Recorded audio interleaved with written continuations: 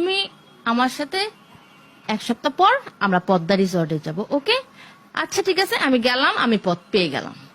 কি হলো, আমি ওয়ার্ডের নেত্রী হলাম। তারপর কি হবে, যখন আমি থানার নেত্রী হতে যাব তখন থানায় একদিন আমাকে শুইতে হবে, তারপর আমি থানার নেত্রী হব। তারপর যখন আমি দক্ষিণ মহানগরে যাব তখন আমার মহানগরে ঘুমাইতে হবে নেতাদের সাথে, তারপর আমি নেত্রী হব। তারপর সেন্ট্রাল যখন যাব আরো বড় নেত্রী হব, মিনিস্টারের সাথে থাকবো, আরো বড় নেত্রী হব। এই হচ্ছে নেত্রী। আজকের পজিশন নেত্রীদের কি প্রস্টিটিউশন। আসসালামু আলাইকুম। আসলে পদবি মুখেই দেওয়া হয়েছে যে আমি মল্লিক করি, আওয়ামী লীগ করি, এবং আমার পদ হচ্ছে আমি একজন কার্যকারী সদস্য 25 নং ওয়ার্ডে লালবাগ। এবং আমি তাদের কাছে একটা ভালো পদের আশা করি যে আমাকে একটা মহিলা আওয়ামী লীগ সেক্রেটারি একটা ভালো পদ দেওয়া হোক, সেটা লালবাগ থানায় হোক কিংবা চকবাজার থানায় হোক। আমার লিডার জালাল সাহেবকে যখন আমি বলি, সে তখন বলছে সময় হলে দেখা যাবে। আচ্ছা, যেহেতু 25 নং ওয়ার্ড সেক্রেটারি বিপুল ভাই, রতন ভাইও আছে এখানে সেক্রেটারি না, সে একজন আমাদেরই ওয়ার্ডের কার্যকর কর্মী সদস্য, আওয়ামী লীগের সদস্য।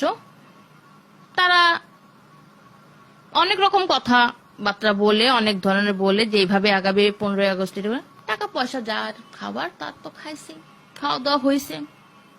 খাওয়া দাওয়া শেষে এখন আরো আমাকে বলে বিপুল ভাইয়া 25 নং ওয়ার্ডে আমিও থাকি, সেও থাকে। নেতা আমাকে বলে পদ্মা রিসর্টে গেলে আমাকে সে একটা পদবি দিবে। মানে ইটস আ নর্মাল থিং। তুমি আমার সাথে এক সপ্তাহ পর আমরা পদ্মা রিসর্টে যাব। ওকে, আচ্ছা ঠিক আছে, আমি গেলাম, আমি পদ পেয়ে গেলাম। কি হলো, আমি ওয়ার্ডের নেত্রী হলাম। তারপর কি হবে, যখন আমি থানার নেত্রী হতে যাব তখন থানায় একদিন আমাকে শুইতে হবে, তারপর আমি থানার নেত্রী হব। তারপর যখন আমি দক্ষিণ মহানগরে যাব তখন আমার মহানগরে ঘুমাইতে হবে নেতাদের সাথে, তারপর আমি নেত্রী হব। তারপর সেন্ট্রাল যখন যাব আরো বড় নেত্রী হব, মিনিস্টারের সাথে থাকবো, আরো বড় নেত্রী হব। এই হচ্ছে নেত্রী। আজকের পজিশন নেত্রীদের কি প্রস্টিটিউশন। এবং দালাল চিনেন না, বস্তা ভরে ভরে দালাল নিয়ে আসে নেতাদের জন্য, তারপর হয় নেত্রী। আপনি কি আমার কথা বুঝতে পারছেন ভাইয়া? এইভাবে নেত্রী হয়, কিন্তু আমরা এইভাবে নেত্রী হতে চাই না।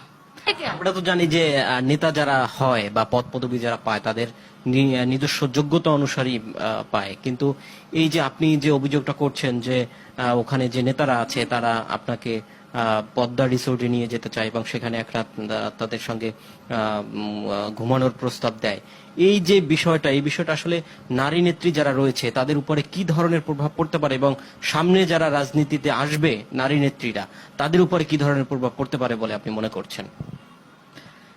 ভাই, যারা ছিল তাদের কথা আমি বলতে পারি না, কারণ আমি দেখিনি কখনো। আমাকে মানুষ কি বলে সেটা আমি বলতে পারি। আমি যখন ফটো পোস্ট করি তখন মানুষ বলে এমনি এমনি নেত্রী হইছো। এটা চলে ওয়ার্ডের নেতার, প্রত্যেকটা নেত্রী। আর যারা ভালো নেত্রী আছে ভালো নেত্রী যে একেবারেই নেই সেটা না, অবশ্যই আছেন। বেছে বেছে দেখেন মহানগরে, আমি দেখাইতে পারবো আপনাকে, আমাদের এখানকার ওয়ার্ডের একজন সেক্রেটারি দেখাইতে পারবো আপনাকে। তিনি একজন লেখিকা।